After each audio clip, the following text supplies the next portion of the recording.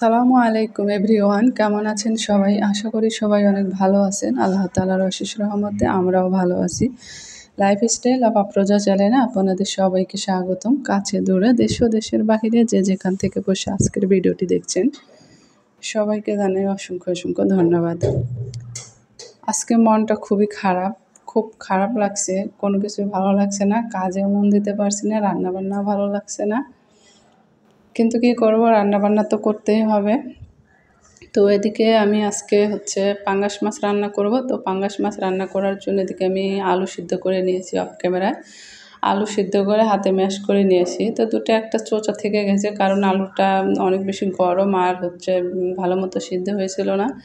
এর জন্য একটু দুটো একটা চোচা দেখতে পাচ্ছেন। যাই হোক, তো এই খাবারটা আসলে আমার মেয়ে অনেক বেশি পছন্দ করে, যে আলু দিয়ে আলু সিদ্ধ করে নিয়ে ঘাঁটি করে ওর সাথে যে কোনো মাছ বা যে কোনো কিছু দিয়ে ও পছন্দ করে।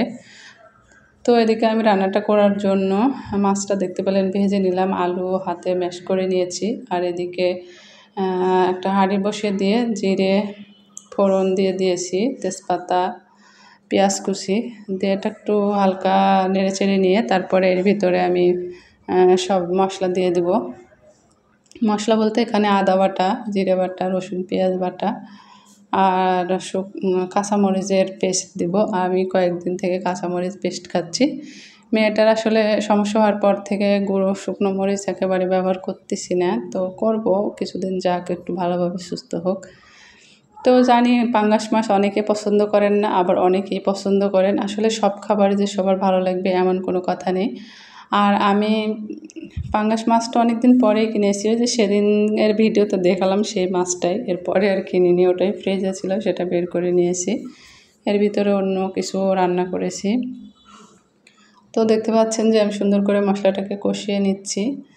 আর মন খারাপের কারণটা বলি, যে আসলে 3 দিন ছুটি গেল, শুক্রবার, শনিবার, রবিবার। সবাই যাই হোক, সবার মতো করে একটা থাকে যে কোথাও যাব, বা আসলে আমার কোথাও যাওয়ার ওভাবে ইচ্ছা নেই। আমার মন চাচ্ছিল মার কাছে যেতে, মায়ের জন্য খুব মন খারাপ লাগছিল। কিন্তু যেতে পারতেছি না, যেহেতু মেয়ের পরীক্ষা। আর মেয়েকে যে নিয়ে যাব একবেলার জন্য, বেশি দূরে বাসা না, আমরা যেখানে আসি সেখান থেকে সামান্য অল্প জায়গা। কিন্তু আসলে ওর একটু সমস্যা তো জানেনই, এর জন্য গেলাম না। দেখা যাচ্ছে যে সকালে গিয়ে বিকেলে আসা যেত, কিন্তু ওর পরীক্ষা, অনলাইন ক্লাস টেলাস, এটা হাবিজাবি করতেছে। তো সময় নষ্ট হবে, সারা বছর কষ্ট করে এসে সময়টা আসলে নষ্ট করতে চাচ্ছি না। অনেক বেশি জীবনে স্যাক্রিফাইস করে আসতেছি, এর জন্য সময়টা নষ্ট করতে চাইছি না। মন খারাপ লাগলেও কিছু করার নেই, এভাবেই আসি। তো সকালে উঠে যখন কোনো দিন কিন্তু রান্নাবান্না অনেক বেশি ভালো লাগে, আবার কোনো দিন আছে একেবারেই ভালো লাগে না, কোনো কাজই ভালো লাগে না। তখন মনে হয় নিজের মতো করে একটু, আমি আসলে এরকমই। আমার যখন কাজ করি, আবার যখন আমার একটু ঘোরার মন হয় বা বেড়ানোর মন হয়, তখন আমার কোনো কাজে মন বসে না। তখন শুধু পরিপাটিভাবে থাকতে ইচ্ছে করে, বা দেখা যায় ঘুরতে যাব বা মায়ের কাছে যাব। আমার ওই যে বললাম না, শুধু মায়ের কাছে যাওয়ার জন্য মন খারাপ লাগছে, অন্য কিছুই না। তো যাই হোক, আপনাদের সাথে কথা বলতে বলতে এদিকে আমি মশলাগুলো কষিয়ে আলুটা সুন্দর করে কষিয়ে নিয়ে এদিকে ঝোলের জন্য পানি দিয়ে দিলাম।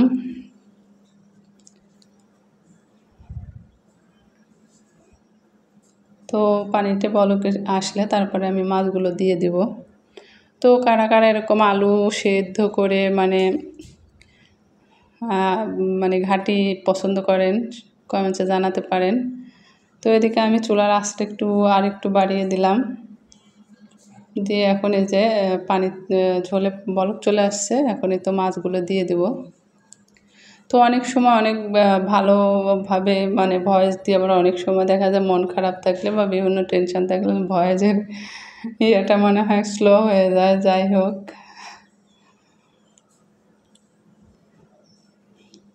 তো সকালে উঠে আমি এই রান্নাটা করে নিচ্ছিলাম, সকালে বলতে তখন বাজে 10টা, দুপুরের জন্য রান্নাটা করে নিচ্ছি। আর চিকেন ভর্তা করব, তো চিকেন ভর্তাটাও করে নেব এখন। আর চিকেনটা আমি আসলে সন্ধ্যার পরে করি, রাত্রে করি, সেই ভিডিওটা এর সাথে অ্যাড করেছি। তো একটু ঝোল থেকে গেছে দেখতে পাচ্ছেন, আসলে ঝোল থাকে না যখন ঠান্ডা হয়ে আসে, তখন কিন্তু অনেকটা ঝোল ধরা যায়। তো এদিকে মেয়েকে খেতে দিয়েছি, মেয়েও খাচ্ছিল। আসলে ওর খাওয়া একদম ছোট বাচ্চার মধ্যে একটু একটু করে মুখে দেয়। তো যাই হোক, এদিকে আমি এখন চিকেন ভর্তাটা করে নেব। তো পেঁয়াজ, রসুন আর কাঁচামরিচ আমি কড়াইতে দিয়ে তেল দিয়ে হালকা একটু ভেজে নিচ্ছি। আর চিকেনটা আমি হচ্ছে অফ ক্যামেরায় সিদ্ধ করে নিয়েছি। সিদ্ধ বলতে একটু লবণ, তেল, হলুদ আর আদা বাটা দিয়ে আমি অল্প একটু পানি দিয়ে জাল করে নিয়েছিলাম। সিদ্ধ করে নিয়ে আমি চামচের সাহায্যে সেই চিকেনগুলো সুন্দর করে ছুটে মানে এড়া করে নিয়েছি আর কি। করে নিয়ে তো এখন রসুন পেঁয়াজের মধ্যে দিয়ে দিয়েছি ক্যামেরা দিয়ে, এটাকে ভেজে নিচ্ছি। তো চিকেন ভর্তার রেসিপি আমি এর আগে ভিডিওতে দিয়েছি, আমার চ্যানেলে আছে।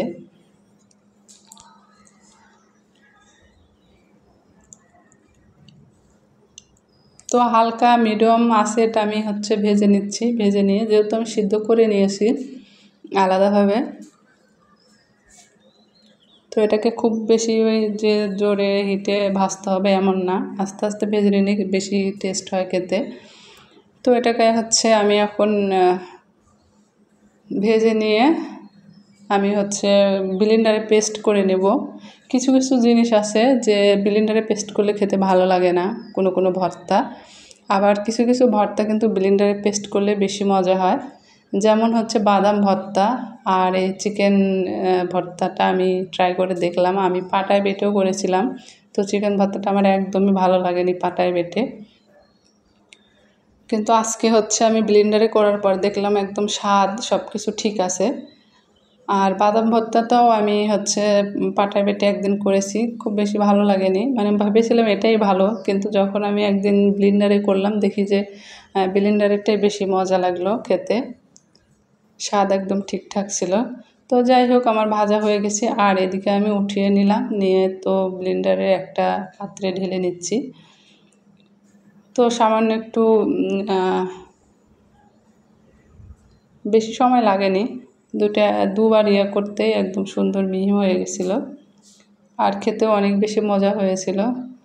তো যাই হোক, ভিডিওটি দেখতে দেখতে যারা এই পর্যন্ত চলে এসেছেন প্লিজ মনে করে একটি লাইক দিয়ে দিবেন। আর আমি একদম ভিডিওর শেষ পর্যায়ে চলে এসেছি। তো দেখতে পাচ্ছেন চিকেন ভর্তাটা হয়ে গেছে, এদিকে আমি নামিয়েও নিয়েছি। তো আজকাল আমি লাইক দেওয়ার কথা বলতে একদমই ভুলে যাই, তো আপনারা প্লিজ মনে করে দিয়ে দিবেন। তো সবাই ভালো থাকবেন, সুস্থ থাকবেন, আল্লাহ হাফেজ।